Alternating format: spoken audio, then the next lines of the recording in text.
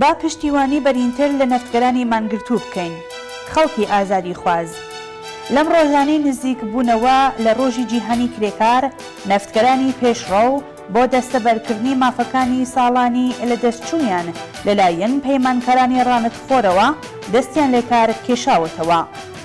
مانگرتنی شکۆداریان کە دژ بە کۆماری ئیسلامی و سەرمایەیە گەلێک پشتیوانی بۆ خۆی دەستەبەر کردووە. سندیکای کرێکارانی شرکەتی واحدیش لە 8 مانگی گوڵانی 1402 لە ڕاگەیەندراوێکدا دەڵێ وێڕای سڵاو لە کرێکارانی پێشڕەوی شرکەتی نەوتی ئێران و بەسپاس لە خەباتی ڕەوایان. سندیکای شرکەت واحدی ئۆتۆبوسڕانی تاران و دەوروبەر پشتیوانی خۆی بۆ داخوازی متاڵەباتی ڕەوای کرێکارانی پرۆژەیی شرکەتی نەوتی ئێران ڕادەگەێنێ.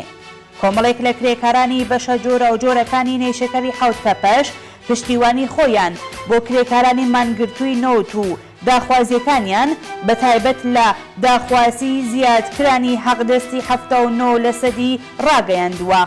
یەکێتی ئازادی کرێکاران، کرێکارانی شرکەتی گروپی ملی پیشەسازی فولادی ئەهواز، شوڕای خانەنشینانی ئێران و خانەنشینانی سربەخۆی تاران، چالاکانی مافەکانی ژنان و ڕێکخرا و گروپە تێکۆشەرەکانی خوێندکاران، قوتابیان، ژنان و لاوانیش پشتیوانیان لە مانگرتنی شکۆداری نەفتگەران کردووە و جێی خۆیەتی کرێکاران و زەحمەتکێشان خەڵکی ژێرستەم لە کوردستان و لە سەرتاسەری ئێران سەرجەم خوێندکاران و قوتابیان و مامۆستایان و هەموو خەڵکی تێکۆشەر کە دڵیان لە گرەوی ئازادی و دادپەروەریدایە ڕۆژی دووشەمە 11 مانگی گوڵان ڕۆژی جیهانی کرێکار بۆ پشتیوانی لە کرێکارانی مانگرتووی نەوت بە هەر شێوازێک کە ئیمکانی هەیە و پێیان وایە کاریگەری دەبێت و لەوانە خۆبواردن لە چوون بۆ شوێنی خوێندن و کەسب و کار شانۆیەکی شکۆداری دیکە لە هاوپشتی چینایەتی نیشان بدەن.